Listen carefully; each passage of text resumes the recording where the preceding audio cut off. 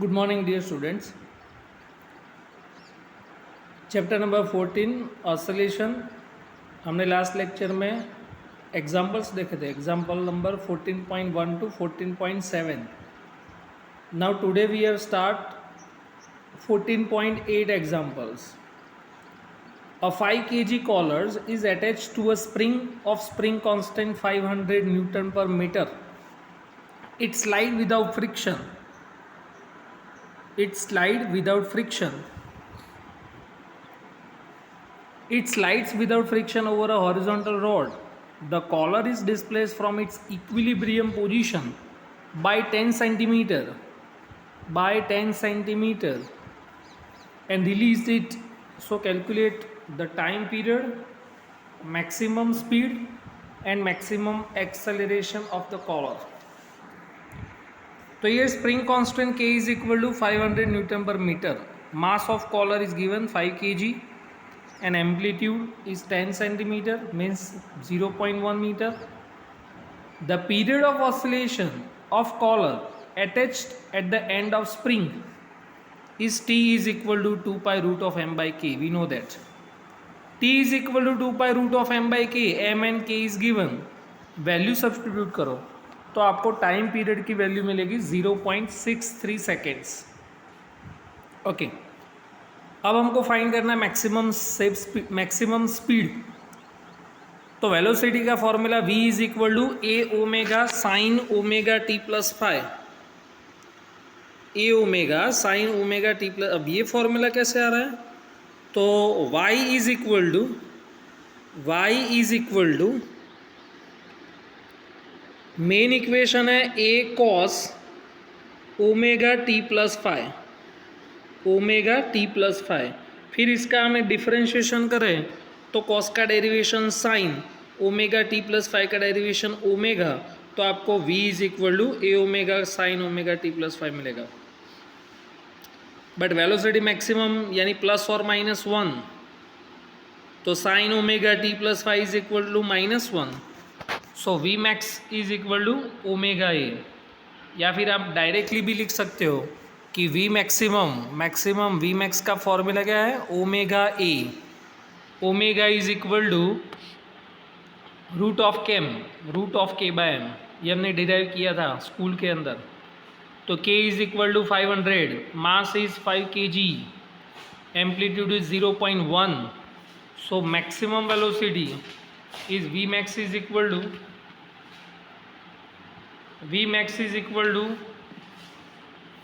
1 metre per second, 1 metre per second.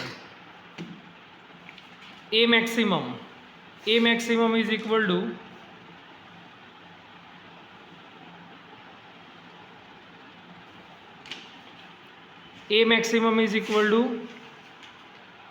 Omega square ए।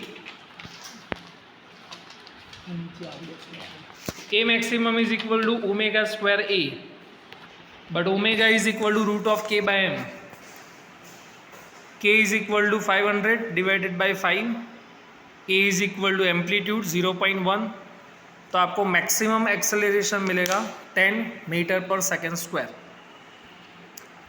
तो ये आपको मिला time period, v max and a max. Next is 14.9। What is the length of simple pendulum which ticks seconds? तो second pendulum की definition हमने यहाँ पे school में करवाई थी। सेकेंड पेंडुलम का डेफिनेशन क्या है? तो time period of oscillation, a time period of pendulum is 2 seconds. It's called second pendulum. A time period of pendulum becomes 2 seconds and this type of pendulum is known as second pendulum. तो second pendulum का time period होगा 2 seconds। उसकी आपको length find करनी है। तो t is equal to 2 pi root of l by g, दोनों side square करो तो t square is equal to 4 pi square l by g. तो capital l is equal to t square g by 4 pi square, तो आपको length मिलेगी 1 metre.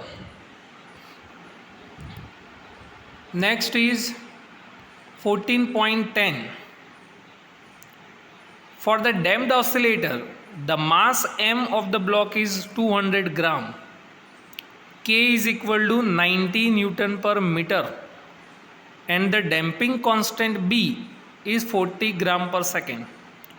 So calculate the period of oscillation, time taken for its amplitude of vibrations to drop to half of its initial value and the time taken for its mechanical energy to drop to half its initial value. तो पहले हम t find करेंगे. तो time period का formula t is equal to 2 pi root of m by k, जैसे अभी हमने देखा वैसे. m is equal to mass is 200 gram, k is equal to 90. But your mass in CGS and k is MKS. तो आपको मास को convert करना पड़ेगा MKS के अंदर. तो 200 gram mean 0.2, k is equal to 90. So time period is 0.3 seconds. x की value है x is equal to a e raise to minus b t by 2m cos omega dash t plus 5. x is equal to, वैसे main equation है amplitude का, amplitude for damped oscillation, amplitude for damped oscillation a dash t is equal to a e raised to minus b t by 2m. और x का position का तो formula है ही, x is equal to A cos omega dash t plus 5. तो आगे एक की जगह ये पूरा फॉर्मूला हमने रख दिया, a e raise to minus b t by 2m. At initial time t is equal to 0, so cos omega dash t plus 5 is equals to 1.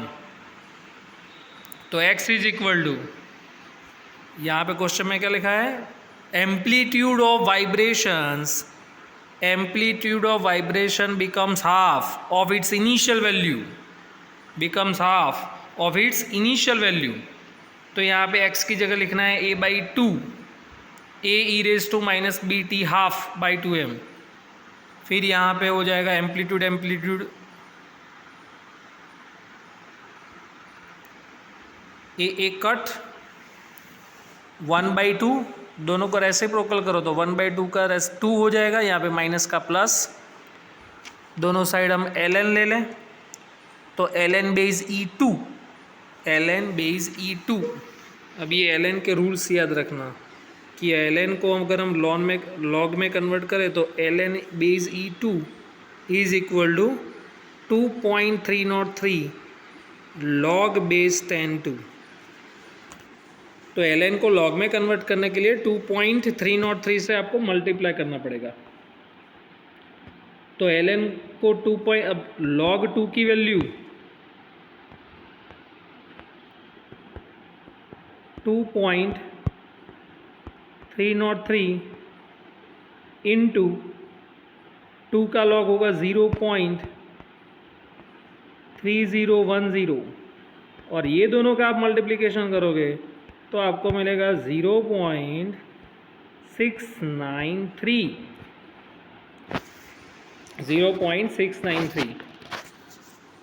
तो ln e बेस 2 का वैल्यू है 0.693, 2m मल्टीप्लिकेशन में गया, b upon में आया. b की value 40 दी हुई है, मास इज 200, तो t half is equal to 6.93 seconds, 6.93 seconds. अब मैकेनिकल एनर्जी फाइंड करें. इफ एम्पलीट्यूड बिकम्स हाफ, तो mechanical energy becomes half, E is equal to E not by 2, T is equal to T half. Once again E not cut, दोनों side फिर से reciprocal करो. ln base E2 की value 0.693 रखो तो आपको value मिलेगी 3.465. अब इसमें b की वैल्यू आपको CGS में दी हुई है, तो मास भी आप CGS में रखो तो चलेगा, इसीलिए यहाँ पे हमने 200 लिखा इन CGS.